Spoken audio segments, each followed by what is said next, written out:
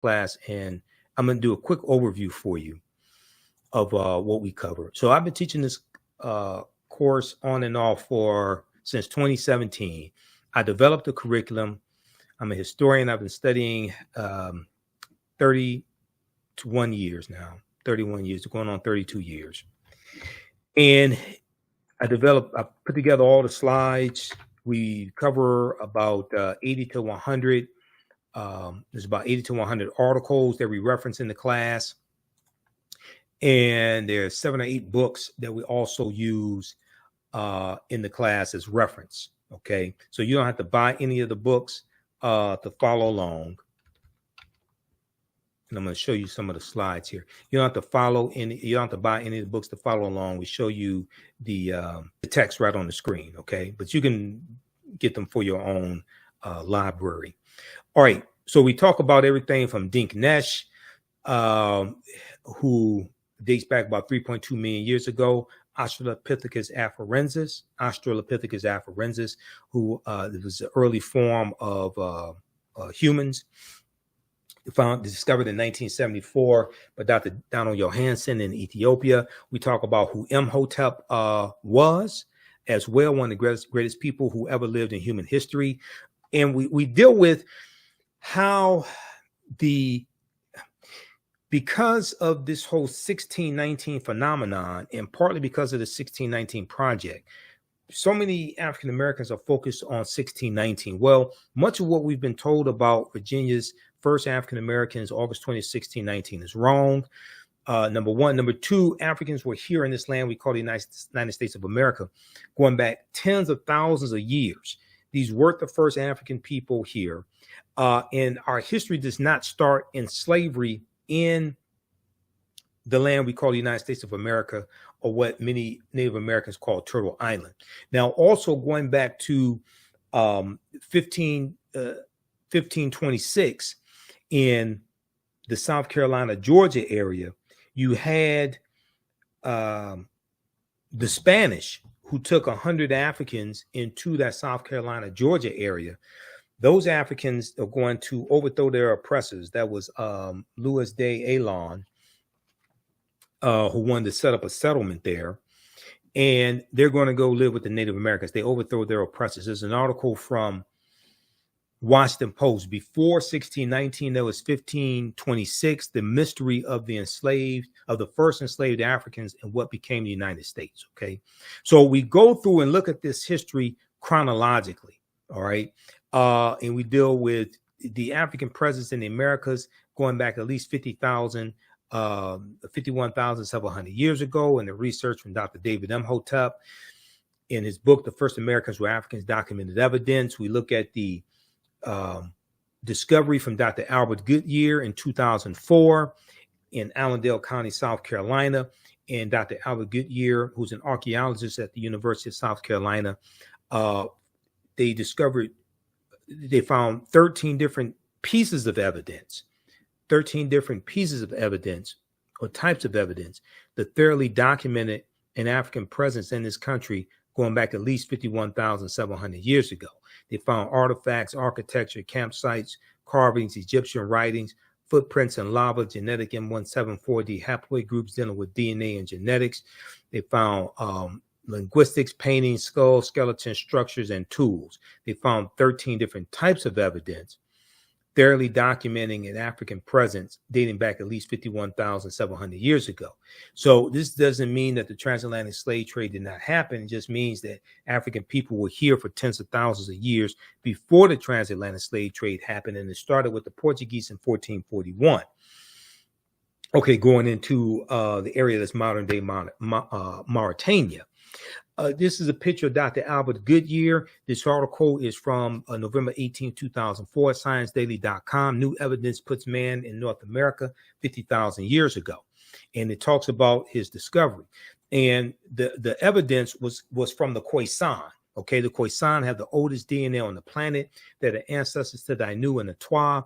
They come from Southern Africa. In October 2012, genetic study published in Science magazine found that the Khoisan in Southern Africa are the oldest ethnic group of modern humans, with their ancestral line originating about 100,000 years ago at least.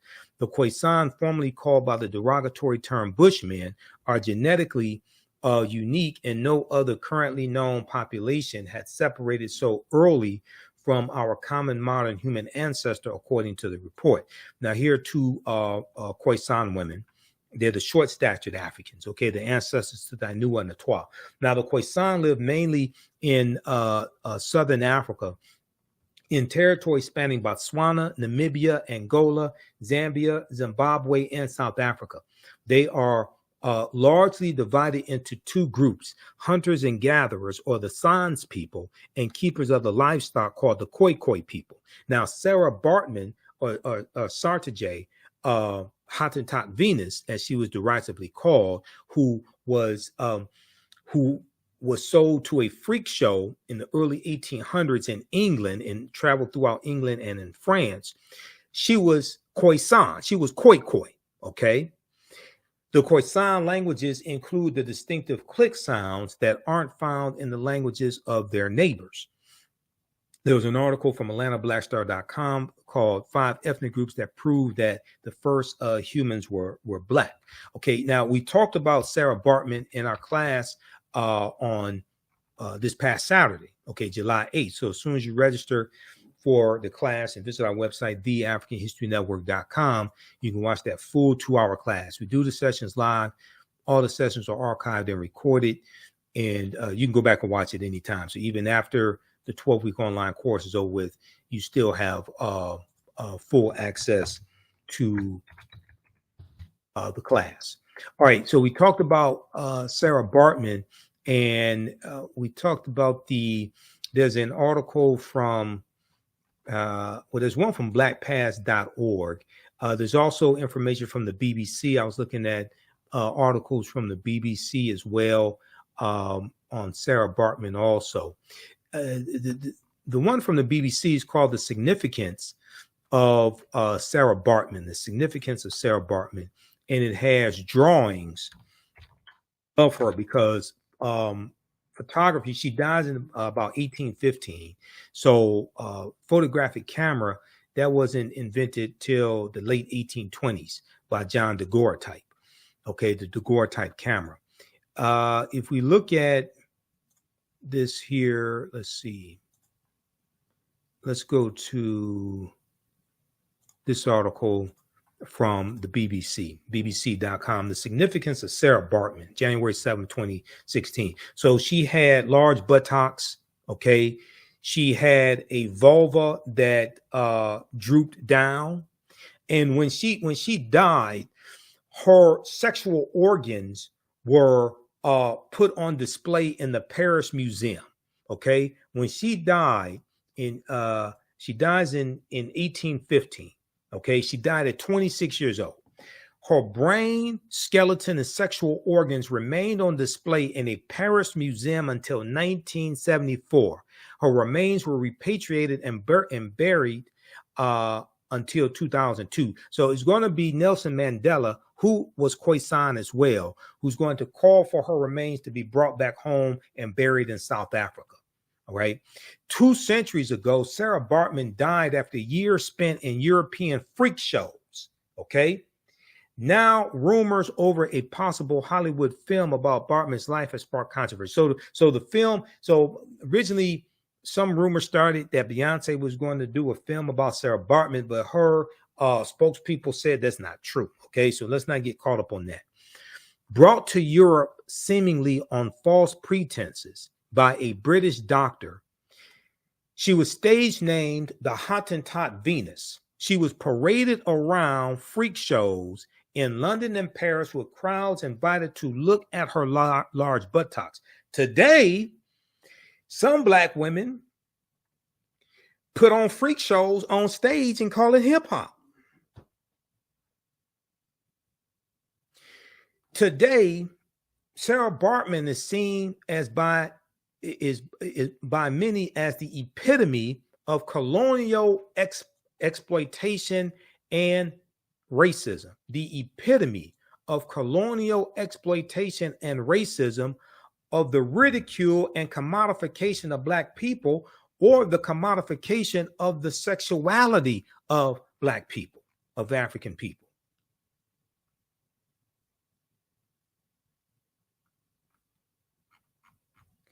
Sarah Baartman's life was one of huge hardship. It is thought she was born in South Africa's Eastern Cape in 1789. Her mother died when she was 2 years old, and her father was a cattle driver. He died when she was an adolescent. She entered domestic service in Cape Town after a Dutch colonist murdered her fiance. She was 16 years old. A Dutch colonist murdered her fiance, and then she's going to be sold into slavery. In October 1810, although illiterate, Sarah Baartman allegedly signed a contract with English ship surgeon William Dunlop and mixed race entrepreneur Hendrik Caesars, in whose household Sarah Baartman worked, saying she would travel to England to take part in shows. The reason was that Sarah Baartman, also known as Sarah or Sartji, Saartjie, Sartji, she had what was called stetopygia, Steatopygia. And this resulted in extremely protuberant buttocks due to a buildup of fat. She had very large buttocks that white people made fun of and pointed at and jeered at. She also had very large breasts, and they were fascinated with the skin on the outside of her vagina as well. So we see the sexual commodification of African women. These made her a case of fascination when she was exhibited at a venue in London's Piccadilly Circus after her arrival. Quote, "You have to remember that at the time it was highly fashionable and desirable for women to have large bottoms. So lots of people envied what she had naturally without having to accentuate her figure," end quote, said Rachel Holmes, Holmes, author of The Hottentot Venus, The Life and Death of Saartjie Baartman. On stage, she wore skin-tight, flesh-colored clothing, as well as beads and feathers, and smoked a pipe. Wealthy customers paid for private demonstrations in their homes, with their guests allowed to touch her. So this could be looked at maybe like as the first. Now, I wouldn't.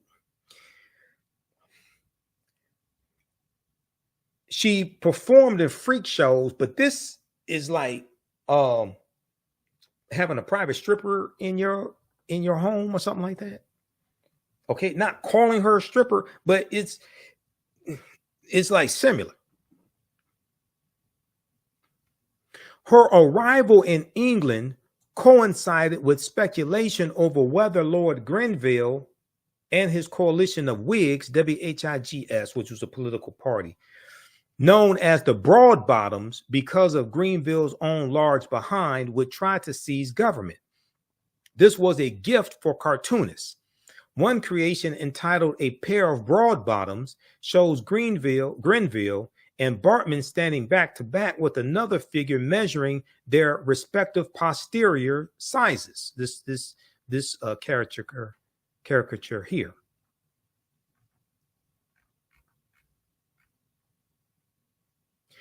Sarah Baartman's promoters nicknamed her the Hottentot Venus, with Hottentot now seen as derogatory, then being used in Dutch to describe the Khoi and San people that we described are the oldest people on the face of the earth, the Khoisan. They together make up the peoples known as the Khoisan. And there's evidence of them being here in the U.S. going back at least 51,700 years ago, which is the discovery that Dr. Albert Goodyear made in 2004 in Allendale County, South Carolina, which Dr. David Imhotep documents in his book, The First Americans Were Africans, Documented Evidence. That's one of the books we use in our class. And I've interviewed Dr. David Imhotep about 13 times. He's a friend of mine. The British Empire had abolished the slave trade in 1807. Now, they got involved in 1562. They abolished it after being involved something like 274 years, something like that. Because they allowed it, you could still own African slaves up until 1833. So they were involved for something like 274 years. They want credit for ending it. Why did you get involved in 1562 with Sir John Hawkins and the good ship Jesus? That's my question. You don't get credit for something that you allowed to go on for 274 years. Now you want a pat on the back. Even so, campaigners were appalled at Sarah Baartman's treatment in London. Her employers were prosecuted for holding Sarah Baartman against her will, but not convicted, with Sarah Baartman herself testifying in their favor in court, because there was a court case. The abolitionists were trying to get her freed. And her owner produced a signed contract, even though she was illiterate, saying, hey, she agreed to this. Quote, the question remains, was Sarah Baartman coerced as abolitionists, humanitarian campaigners claimed, or was she acting on her own free will? End quote, says Krister Petley, Petley, a history lecturer at Southampton University. Quote, if she was coerced, she might have felt too intimidated to tell the truth in court. We'll never know, end quote. Okay, read the rest of this here. Okay, she dies 26. There are reports that she became a prostitute as well. She drank and smoked heavily, and according to Holmes, was probably prostituted by him. Okay. In 1814, Sarah Baartman moved to Paris with Césars. She became a celebrity once more, drinking at the Café de Paris and attending society parties. Césars returned to South Africa, and Sarah Baartman came under the influence of an animal exhibitor, quote unquote, animal exhibitor with the stage name Raux, R-E-A-U-X. She drank and smoked heavily, and according to Holmes, was probably prostituted by Raux, but prostituted by that have been Césars, probably prostituted by Césars. Sarah Baartman agreed to be studied and painted by a group of scientists and artists, but refused to appear fully naked before them, arguing that this was beneath her dignity. She had never done this in one of her shows. This period was the beginning of the study of what became known as racial science, says Holmes. Now, Sarah Baartman died at age 26. The cause was described as inflammatory and eruptive disease. It's since been suggested this was a result of pneumonia, syphilis, or alcoholism. Read the rest of this article. We talked about her in our class on Sunday. Okay. Ancient Egypt, the Moors, and the Ma'afa Understanding the Transatlantic Slave Trade. Read this article, The Significance of Sarah Baartman. This is from BBC.com. Okay, now, so we get deep into this history. It's a 12-week online course. We deal with thousands of years of history. It's about 24 hours of course content, maybe more, because I also include interviews I've done with some of our scholars as well. Renoko Rashidi, Dr. Francis Cress Wilson, Anthony Browder, Dr. David Imhotep. We include interviews I've done with them also. All right, now let's go back to the PowerPoint presentation. These are some of the actual slides from the class. Visit our website, theafricanhistorynetwork.com, and you can register for this online course. So we look at numerous archaeological discoveries that have come out in about the last 15 years that are causing us to rethink everything. And When these discoveries come out, they're causing the scientists and anthropologists, etc., to push the timelines back. Okay, this discovery here that dealt with stone tools found on the Greek island of Crete that date back at least 130,000 years ago, but Crete has been an island for more than 5 million years. So the archaeologists are saying this is good evidence of early seafaring in the Mediterranean, and this would have been done by African people. These were the only people on the face of the earth, okay, dating back 130,000 years ago. This article on Crete, new evidence of very ancient mariners. This is from the New York Times, February 15th, 2010. We look at discoveries like the discovery of the lost city of Egypt, Tanis Heraklion. There are 2 lost cities of Egypt that we look at, Tanis Heraklion, but also Dazzling Aten, which was discovered a couple of years ago, about 2021. Dazzling Aten is another lost city of Egypt. This article here from Yahoo News, April 30th, 2013, sunken Egyptian city reveals 1,200-year-old secrets.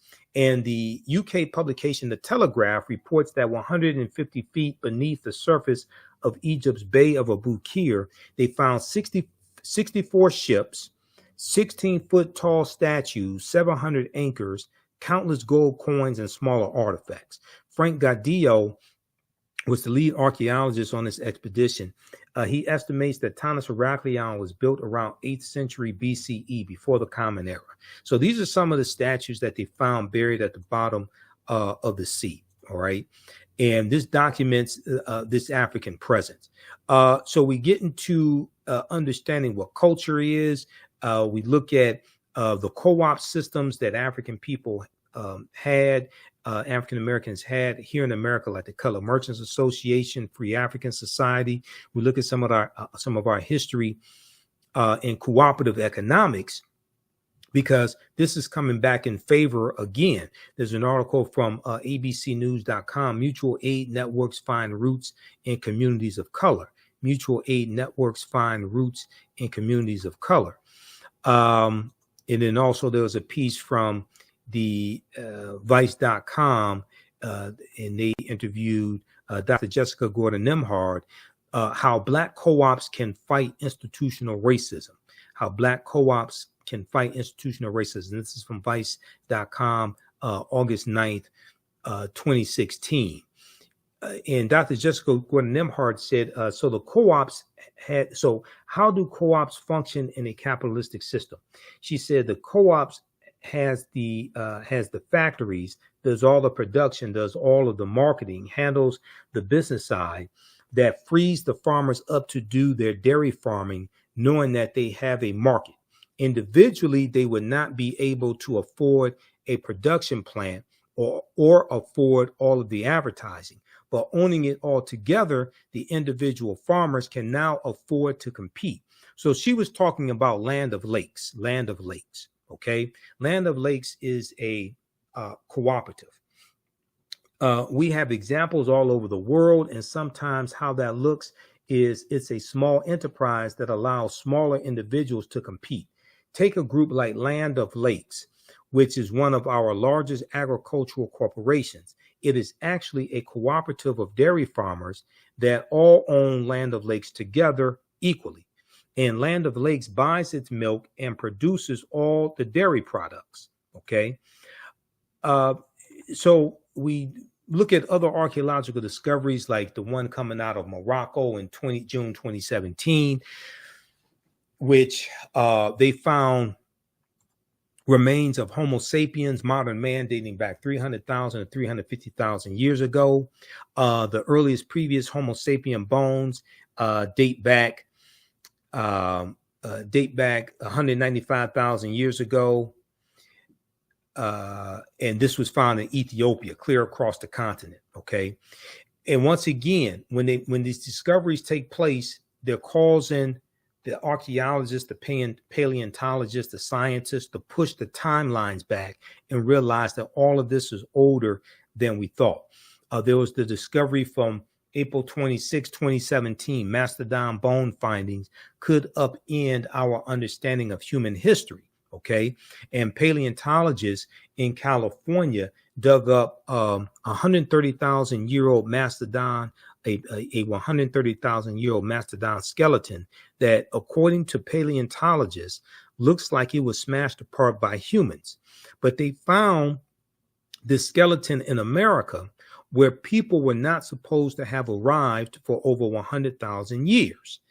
Okay, so the Clovis culture, which dates back to about 13,000 BC or so in Clovis, New Mexico, is said to be the oldest settlement or oldest evidence of humans here in America, and that's of Native Americans. Now, when this article came out from NBC News and other news outlets had reporting on this discovery, I sent this to Dr. David Imhotep, and we discussed it because if this is true, and if humans did break apart this mastodon skeleton 130,000 years ago, well, this confirms this African presence here going back tens of thousands of years, even before Native Americans existed.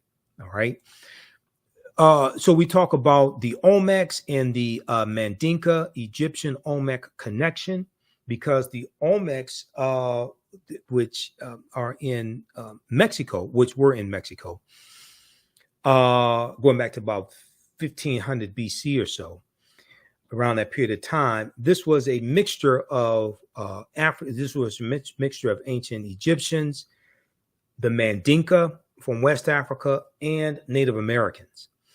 Dr. David Imhotep talks about this, as well as Runoko Rashidi talks about them as well in the article that Runoko wrote for AtlantaBlackStar.com that we cite. But Dr. David Imhotep on page 82 of the First Americans or Africans Documented Evidence said a major ethnic group among the ancient Egyptian Nubians were the Manding people, an original Niger-Congo homeland in the general vicinity of the Upper Nile is probably as good a hypothesis as any for the origin of the Manding.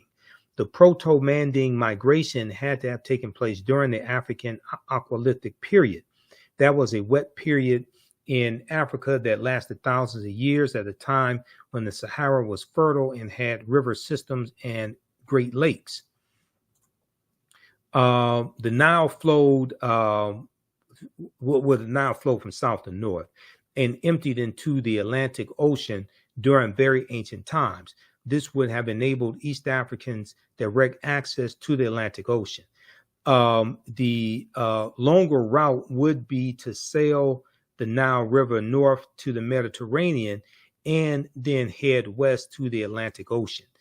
When the Manding reached Central America and began mixing with the local population, they were labeled Olmecs. The Olmecs were supposedly a mixture of the Manding or Mandinka, the Amerindians or American Indians. Do not forget that the Manding made up the base of the Olmecs, so the Egyptians, the Manding, and the base of the Olmecs are related to each other. That's from page 82 of the First Americans or Africans Documented Evidence. We deal with the Druids and St. Patrick in Ireland, and how the Druids are dealing with a watered-down teaching coming out of ancient Kemet, ancient Egypt. We look at the 800-year occupation of Europe by the Africans known as the Moors, and the Spanish Granadan War in 1492, and the Moors losing control of their last stronghold of Granada, January 2nd, 1492. Okay, we deal with all of that history. We look at ancient civilizations like Nubia, Ta-Nehisi, ancient Kemet, Carthage and the Carthaginian Wars, and Hannibal Barca. We look at Egypt, what's known as Egypt of the West, and the African influence here in America. The Tekken is an ancient African symbol that comes from the mythology of Asar, Auset, and Heru, who the Greeks called Osiris, Isis, and Horus. There were about 1,200 Tekkenu all throughout ancient Kemet. Today, there are less than a dozen. There are three ancient Tekkenu or obelisks that were taken from Egypt, and they were taken into London, England, New York City, and Paris, France. Ancient Egyptians called obelisks tekenu, and they were also used to tell the time in the past. Their pinnacles were basically covered in gold to reflect the sunlight. Historians say the obelisks represented immortality and eternity, and their long structure helped connect the heavens and the earth. Currently, Cleopatra's Needle is the name given to the three ancient Egyptian obelisks, one in New York City, one in London, England, one in Paris, France. Okay, there's an article called Cleopatra's Needle, how three ancient Egyptian obelisks ended up in New York City, London, and Paris, France, from face-to-faceafrica.com. Check that out. So we talk about the first Holy Trinity of Asar, Auset, and Heru. Some of this information may go outside the circumference of your own awareness. Just because you never heard it before, disagree with it, does not mean it's not true. It just means you have to do some research to understand what I'm talking about. The Greeks called them Osiris, Isis, and Horus. There were approximately 1,200 tekenu built in ancient Kemet in ancient times, but only about a dozen are found in Egypt today. Many of the tekenu removed from Egypt are now in Istanbul, Turkey, London, England, Paris, France, Berlin, Germany, New York, Rome, Italy, and Vatican City, and elsewhere throughout the world. The tekenu are now called obelisks by their new owners, and few people know their origin or that they symbolize the resurrection of the African king Asar, who the Greeks called Osiris. Read page 17 of Egypt on the Potomac by Tony Browder. And I just interviewed Tony Browder in April of 2023. We talked about why Nile Valley civilization history is so important.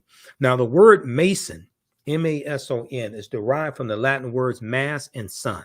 Mason means child of light and expresses the desire to pursue light, which is a metaphor for the sun, which symbolizes knowledge. The term child of light, or sons and daughters of light, was first used to identify students who had completed 42 years of study in the temples of ancient Kemet, ancient Egypt. Many Masonic temples were modeled after the temples of ancient Kemet, places where light or knowledge was imparted in a series of steps or degrees. So the book Egypt on the Potomac by Tony Browder is one of the books we use in the class as well. We also use Nile Valley Contributions to Civilization as well. We use that also. Okay. Nile Valley Contributions to Civilization, Egypt on the Potomac. We use one of Renoko Rashidi's books, Black Star, The African Presence in Early Europe. So you don't have to buy any of these books. We show you the text right on the screen, okay, for most of these books. You can get them for your own personal library if you want to, but you don't have to feel the need to purchase the books just to follow along in class. All right, now, let's continue here. Masonic temples are, so the concept of going to an institution of higher learning and getting your credentials in a series of steps or degrees, that comes out of the Nile Valley region of Africa. That comes out of ancient Kemet in the Nile Valley region of Africa. That comes from us. All right, so oftentimes when I hear people say, well, college is not for me and things like this, I mean, we created the first institutions of higher learning that modern colleges are patterned after and influenced by.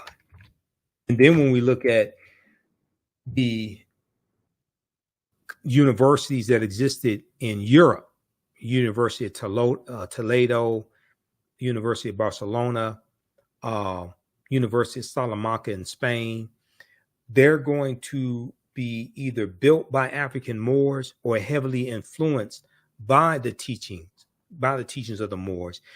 And a lot of their first professors are going to be African Moors also. Now, Masonic temples are considered houses of light or temples of learning. The term Mason or Child of Light is a direct reference to the highest degree of the Kemetic education system. The 33 degrees of instruction within Freemasonry represent a fraction of the 360 degrees of instruction that comprised the Kemetic system of education. Yet with less than 10% of the wisdom of ancient Kemet, Freemasons have held positions of influence and power throughout the world for over 200 years. Read page 33 of Egypt on the Potomac by Tony Browder. So we deal with going from the virgin Auset, who gives birth to the baby Heru on December 25th, to the worship of the Black Madonna Child, which was worshipped all throughout Europe. The Black Madonna Child was worshipped all throughout Europe. And probably the European country that has the greatest representation of the Black Madonna Child would be France, with about 300 representations, statues, and paintings of the Black Madonna Child. We look at some of the deities, some of the Neteru coming out of ancient Kemet, Ma'at as well. We look at things like the judgment scene that includes Anpu and Dehuti, also Asar, who sits on the throne of judgment. So we go through and look at history. We look at things like historical figures like Bishop Nicholas, who becomes a saint, and Bishop Nicholas was of African descent, and Bishop Nicholas was the real life inspiration for the secular character of Santa Claus, which comes from the mythological character also of Sinterklaas. Sinterklaas means Saint Nicholas in Dutch, and Sinterklaas we see is worshipped, is revered amongst the Dutch. We see this in Holland and the Netherlands, and there's a celebration of Sinterklaas in the beginning of November, okay, and it goes through December, and they commemorate Sinterklaas along with Zwarte Piet, who was a Moor. Zwarte Piet means Black Pete in Dutch. It commemorates Sinterklaas coming in from Spain on a steamship, a steamboat, with Zwarte Piet, Black Pete. Okay. So this once again also deals with the history of the Moors throughout Europe. We look at why Christmas is celebrated on December 25th, because nowhere in the biblical text does it state that Yeshua, Jesus the Christ, was born on December 25th. We look at the film Black Panther. The film Black Panther deals with African culture, African history, African language, African spiritual systems. And the Panther Deity Bast, who watches over the people of Wakanda, and we know in ancient Kemet, cats were looked at as a protector. Well, the Panther Deity Bast comes from the Neter, or the goddess Bastet, that was worshipped in ancient Egypt, especially during the Second Dynasty around 2890 BCE, before the Common Era. And she was worshipped in the form of a lioness at first, and then later as a cat. She was the goddess of warfare in Lower Kemet, Lower Egypt. And the film Black Panther incorporates 11 different African cultures. We see different African deities represented in the Black Panther comic book and in the nation of Wakanda, the fictitious nation of Wakanda. Now, when we look at Wakandan religion and its tribes, the religion of the Wakandan people first developed during the pilgrimage to the land. In their conflict, the originators, who were the gods of Wakanda, formed from the heroes of humans within the tribe. Ascending to the status of a god, these heroes became the Orisha. Now, the Orisha are the names of the deities in the spiritual system practiced by the Yoruba in present-day Nigeria, and that's the spiritual system of Ifa, okay? So the Orisha, these are emissaries, these are deities, and they're helpers of the supreme being in Ifa, known as Olodumare. But these heroes in Wakanda became known as the Orisha, or Orisha, taking the names of Koku, Thoth, which Thoth was the Greek name for Dehuti, Bast or Bastet, Mojaji, Ptah. Ptah is the creator in ancient Kemet, the Neter that's looked at as the creator, Ptah, and Niami. The Orishas or Orishas origins date back to the ancient Egyptian beings known as the Ennead, where Ennead in Greek means 9, and Ennead refers to the original 9 Orisha.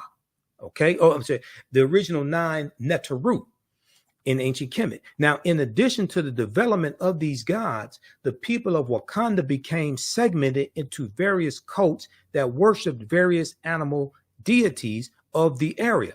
The most famous cults included the Black Panther cult and the White Gorilla cult. So Umbaku is from, in the movie, Umbaku is from the White Gorilla cult. The 18 tribes, because there are 18 different tribes that make up the people of Wakanda. The 18 tribes in total developed in the country and include the lion cult, crocodile cult, and hyena cult.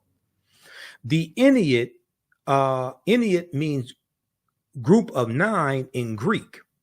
In ancient Kemet, they were called the Bastet. The 9 Neteru were Atum, which was the sun, Atum, or you may see Aten, Shu, which means air, Tefnut, moisture, Geb was earth, and Nut, sky, Asar, who the Greeks called Osiris, Auset, who the Greeks called Isis, Seth, and Nephthys. These were the original 9 Neteru, or the Ennead. Okay.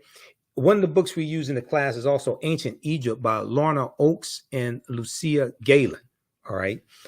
Pages 274 through 277, they lay out a lot of the different Neteru, or deities in ancient Kemet, and their attributes. So we deal with Hannibal Barca, the Battle of Cannae, 216 BC, the Punic Wars, all different types of history like that. Carthage, which existed from 813 BCE to 146, because Carthage is destroyed, 146 BC, because Carthage is destroyed by Rome. We deal with ancient Nubia as well, which is about 4500 BC to 500 AD, ancient Nubia. And we go through and look at this history chronologically. There's a timeline of history that we look at, and we look at what leads up to the transatlantic slave trade taking place. You have to study the 800-year occupation of Europe by the Africans known as the Moors, which begins in 711 AD, when the African Moors go in from Morocco into the Iberian Peninsula, today known as Spain and Portugal, led by General Tariq ibn Ziyad. Okay, and then we go through and analyze the transatlantic slave trade as well. And Christopher Columbus is crucial to understanding the expansion of the transatlantic slave trade and his 4 voyages. And he set sail August 3rd, 1492 on the Nina, the Pinta, and the Santa Maria. And this is the same year, some months after the African Moors are expelled. Okay, they lose control of their last stronghold, which was Grenada, January 2nd, 1492. African slaves were first brought to the New World shortly after its discovery or uncovery and colonization by Christopher Columbus. And they could be found, Africans could be found on the island of Hispaniola, a site of present-day Haiti, as early as 1501. Upon his arrival in the Bahamas, he lands in the Bahamas October 12, 1492. Columbus himself captured 7 of the natives for, quote unquote, their education on his return to Spain. However, the slave trade proper, according to a lot of sources, they look at the slave trade, what they call the slave trade proper, beginning in 1518, when the first direct black cargo from Africa landed in the West Indies. Now, that's referring to the Asiento de Negros, signed by King Charles V of Spain, August of 1518, which gave a license to slave trading nations and slave trading countries to provide Spanish colonies in Spain with enslaved Africans. Now, the importation of African slaves to work in the Americas was the inspiration of the Spanish bishop Bartolomé de las Casas, whose support of black slavery was motivated by humanitarian concerns. Bartolomé de las Casas argued that the enslavement of Africans and even some whites proving that in the early period, slavery did not operate according to exclusive racial demarcations. He argued that enslaving Africans as opposed to Native Americans would save the indigenous American Indian populations, which were not only dying out, but engaging in large-scale resistance as they opposed their excessively harsh conditions. As a result, King Charles V, who was then King of Spain, agreed to the Asiento de Negros, or slave trading license. He signed this in August of 1518, which later represented the most coveted prize in European wars, as it gave to those who possessed it a monopoly in slave trafficking. Now, the widespread expansion of the oceanic slave trade can be attributed to the enormous labor demanded by sugarcane, one of the first and most successful agricultural crops to be cultivated by African slaves. The earliest lucrative Spanish sugar plantations were in the Caribbean and West Indies on the islands of Haiti, Cuba, and Jamaica, while Portugal controlled large areas of Brazil. However, Spanish and Portuguese domination of the slave trade was soon challenged by other Europeans, including the British. One of the earliest adventurers, Sir John Hawkins, undertook his first voyage between 1562 and 1563 as a direct consequence of his gains, and was knighted by Queen Elizabeth I. Okay, so this is just a sample of the type of information we get deep into in this 12-week online course that I teach, called Ancient Kemet, the Moors, and the Ma'afa, Understanding the Transatlantic Slave Trade, what they didn't teach you in school. Okay, so I do a PowerPoint presentation. We have book references, articles, video clips, all of this. I share excerpts of interviews I've done with the historian, with the scholars as well. You can, if you learn anything from this broadcast, from this brief preview, register for the 12-week online course at our website, theafricanhistorynetwork.com, theafricanhistorynetwork.com. As soon as you register, you can start watching content. Our next class is Saturday, July 15th, 2023, 2 p.m. to 4 p.m. Eastern Standard Time. You do not have to be in class live. You don't have to be in class when we're live. We do the sessions live, then all the sessions are archived. So, because we record all the sessions. About 10 minutes after we finish the class, it's available to watch on replay. All right. So as soon as you register, you can watch the class we did July 8th and the class we did July 1st. All right. And then Sundays, I teach Black resistance movements from the Haitian Revolution, U.S. Civil War, Civil Rights Movement, and Black Power Movement. Okay. 1800 to 1968.